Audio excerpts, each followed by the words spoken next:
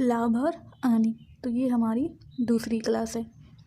तो पिछली क्लास में हमने पढ़ा था कि क्रय मूल्य यानी कि कॉस्ट प्राइस क्या होता है, वह मूल्य जिस पर वस्तु खरीदी जाती है, और विक्रय मूल्य वह मूल्य जिस पर वस्तु बेची जाती है।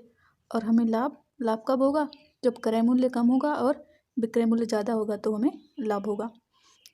और हानि हमें कम होगी जब क्रय मूल्य ज़्यादा होगा और विक्रय मूल्य कम होगा तो हमें हानि होगी। जैसे देखिए, अगर कोई चीज़ हम 10 रुपये में खरीद कर उसको 8 रुपये में बेच देंगे तो हमें क्या होगा, 2 रुपये का हानि हो जाएगा।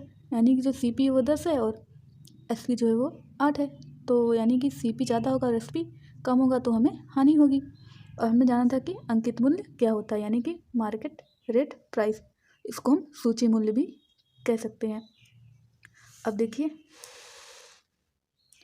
हमने आपको बताया था कि छूट या बट्टा, जिसको हम डिस्काउंट कहते हैं, और डिस्काउंट हमेशा हमें अंकित मूल्य पर दिया जाता है। तो अब हम आज की वीडियो में लाभ प्रतिशत का फार्मूला देखेंगे कि क्या होता है। तो लाभ प्रतिशत का फार्मूला होता है लाभ रुपए में। यानी कि अगर कोई वस्तु हम 10 रुपये में खरीद कर उसको 12 रुपये में बेचेंगे तो हमें जो लाभ होगा वो कितने का होगा, 2 रुपये का होगा। यही जो लाभ होगा वो यहाँ पर लिखा जाएगा। तो लाभ प्रतिशत बराबर हो जाएगा लाभ रुपए में अपान क्रय मूल्य गुणा में 100%। इसी तरह से हानि प्रतिशत का फार्मूला हो जाएगा हानि रुपए में अपान क्रय मूल्य गुणे में 100%। अब देखिए यहाँ पर इस तरह से छूट प्रतिशत का फार्मूला होगा छूट रुपए में अपान क्रय मूल्य गुणे में 100%। अब देखिए यहाँ पर आप लोगों के लिए क्वेश्चन है, तो चलिए हम क्वेश्चन को सॉल्व कर लेते हैं। क्वेश्चन दिया है एक वस्तु का क्रय मूल्य 1000 है। क्रय मूल्य यानी कि CP हमें दिया है 1000 और वस्तु का 1200 रुपये में बेच दिया, यानी कि हमें SP दिया है 1200 रुपये। तो बताओ उसे कितने प्रतिशत का लाभ हुआ, यानी कि हमसे लाभ प्रतिशत पूछ रहा है कि क्या होगा। तो सबसे पहले हम लाभ प्रतिशत का फार्मूला देख लेते हैं। अभी हमने आपको ऊपर बताया कि क्या होता है लाभ रुपये में अपान क्रय मूल्य और गुना में 100%। तो हमने आपको बताया अगर क्रय मूल्य कम होगा और विक्रय मूल्य ज़्यादा होगा तो हमें लाभ होगा।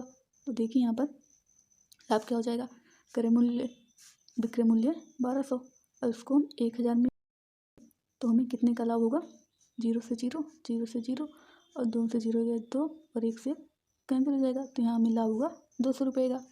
अब इसको हम यहाँ पर रख लेंगे तो ये हो जाएगा 200 अपान क्रय मूल्य कितना है 1000 और गुना में 100%। देखिए 1 0 से 1 0 कैंसिल, 1 0 से 1 0 कैंसिल, 1 0 से 1 0 कैंसिल।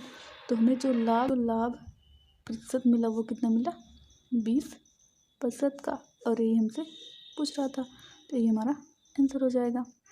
अब देखिए आप लोगों के लिए क्वेश्चन है एक वस्तु का क्रय मूल्य 500 रुपये है, उस वस्तु को 30% के लाभ पर बेच दिया, तो बताओ उसे कितने रुपए में बेचा गया। यानी कि आपको SP पूछ रहा है कि उसे कितने रुपए में बेचा गया। तो आप लोग सॉल्व करके कमेंट में आंसर छाप दीजिए। धन्यवाद।